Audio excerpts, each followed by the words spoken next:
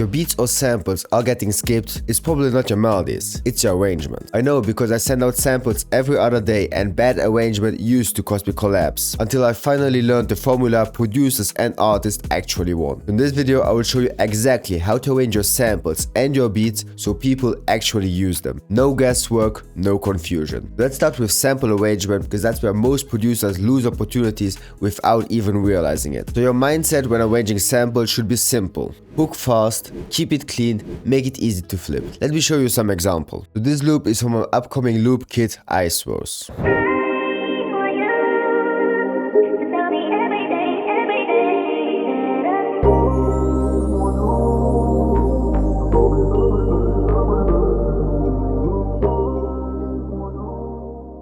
Number 1, start with an attention-grabbing intro. Producers skip samples or starters really fast. If the first 3 to 5 seconds don't hit, your sample's gone. So when you arrange your samples, make sure you take the most attention-grabbing or the most unique part of your sample, then put that at the beginning of the sample, and then afterwards you can build it out.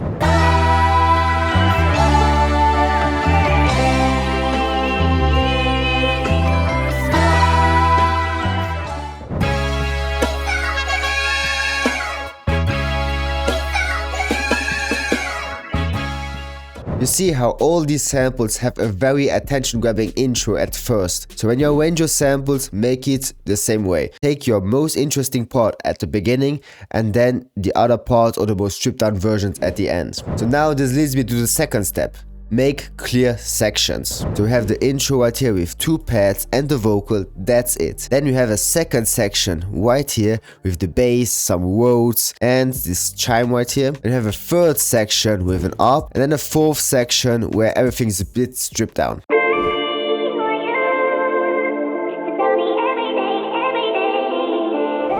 Second section.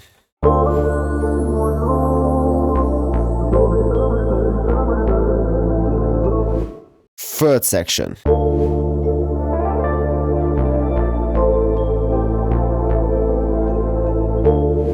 And last section.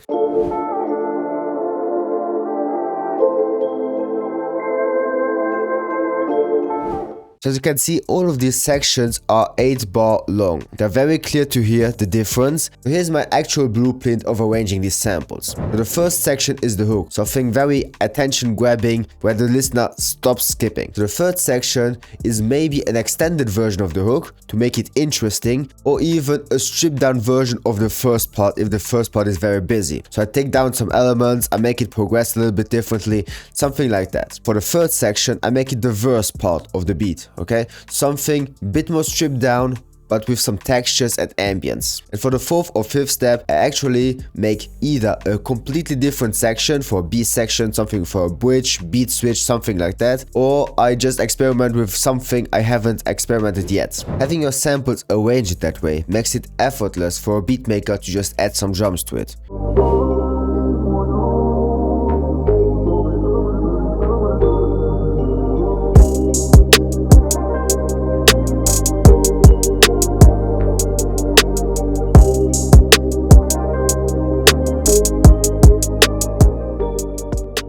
These are just 2 drum loops I downloaded from Splice just to test the samples out, and as you can see, making clear sections allows the beatmaker to just add some drums on it and call it a day. And now let's talk about the third thing that allows me to properly arrange my samples, is to stem out my samples properly. Let me show you what I mean. But for me, this is a bad example of a sample arrangement. You just have the samples and you can see clear different sections right here, but you don't have the stems. If someone doesn't like the way you mixed it or your pre-made sections you made and want to rearrange everything, he can't.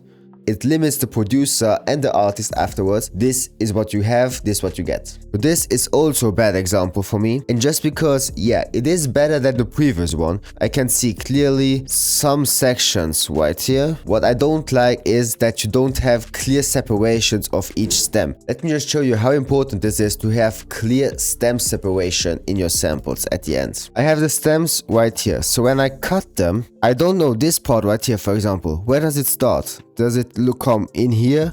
Does it come in here? Does it come in here? Does it come in here? I don't know. And that's exactly the problem when you don't properly stem out your samples. So this is how I stem out my samples, and if you get one of my loop kits, all of my samples are stem out the same way. We have a big hi-hat playing between every stem. So you exactly know this is one stem, this one is another one, here comes another one, here comes another one.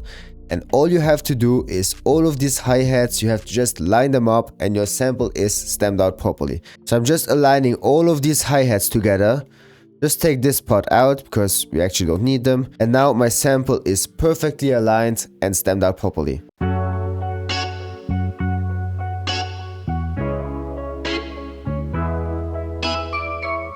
As you can see, much easier, much faster. So doing this for all of your samples and maybe starters as well can get you many more opportunities, just because the producer don't have to fiddle around and find the right arrangement for your sample. So how do we actually do this? So I can go back to my sample right here, just make the different sections and you take all of your stems right here. You just take one hi-hat. It doesn't need to be one specific hi-hat, just use one that fits. This one, for example, is more of a shaker. And then when you stem out your sample, you leave 4 bars of space. So in this case, I have the last section right here. Then I have the first stem, the second stem, the third stem, and always leaving 4 bars space. Now all I have to do is just take one hi-hat and just put it the same distance every time. So in my case, every 2 bars. 1, 2, hi-hat, 1, 2, stem, 1, 2, hi-hat, 1, 2, stem. Make sure you don't make some mistakes and then everything should be fine. And that's it. That's how you stem out your samples properly. Now you can just export it and you're good to go. And one more thing, just as a bonus tip, name your samples correctly. Let me show you. So this is actually how I name my samples all the time. So first of all, I take my producer handle. So prod.5 key. Then I separate it and then I take the name of the actual sample. Sorry, follow me, falling, echoes of you, something like that. Then afterwards, I separate them again and I just let the sample maker know which type of sample it is. Is it a soul sample? Is it a trap sample? Is it a dark trap sample? Is it a world wave sample? R&B sample? Something like that. Then afterwards, the BPM and the key like usual. And just by doing so, you have all the information needed to just start cooking up. And if I have a collaborator, I just add them at the beginning right here. So for example, 5 key, add Rod Carvey. That's it. Just like so, I send my samples out. And now, last but not least, just send out the bass MIDIs of your sample. It takes literally 2 seconds to just export the bass MIDIs or the root notes of your piano for your sample. So just do it. I mean, you have a bass included. So all you have to do on back is just Command-Shift-M and then export the bass MIDIs and you're good to go. And this makes it so much easier for the beatmaker. Just add some drums and put the 808s on the right key. Take this sample, for example.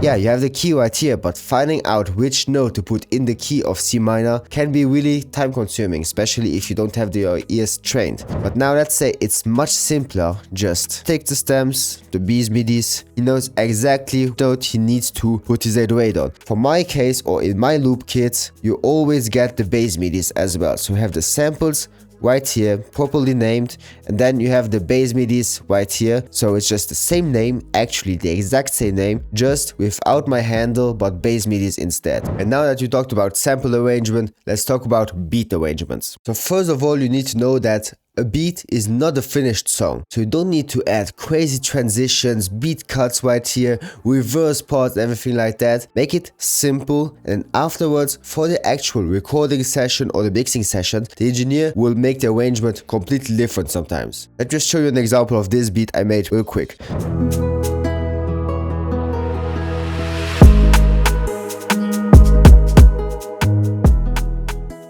As you can see, this one is a pretty simple arrangement, right? Let me show you the final song after the artist recorded on it. Niggas hitting from bitches, we made it, oh yeah, so clean. From his ripping, you know what I mean. De banana solo magazine, lo configurando en el behind the scene, en fin. the best. As you can see, all these little beat cuts right here, the engineer did on its own at the end, and then afterwards asked the artist if he likes it. If I had done this on the beat itself, the artist would never hop on it because it would be so much going on all of the time. So keep your beats simple, then the engineers or the artist itself will make the cuts after he has recorded over your beat. And now let me show you how to arrange your beats properly. This is a beat I made in one of my previous sessions, and let me just show you what it sounds like real quick.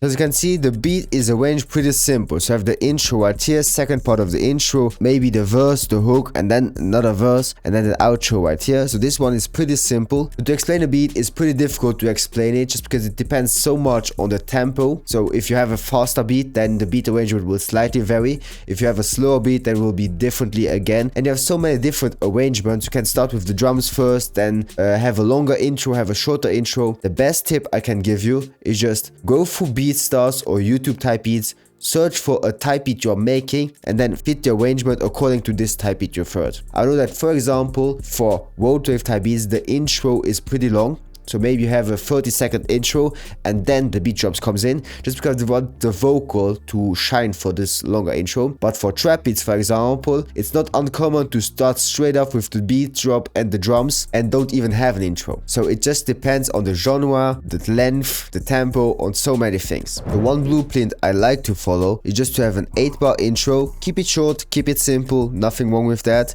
Then to drop into your hook section, so you have to decide what is your hook at first.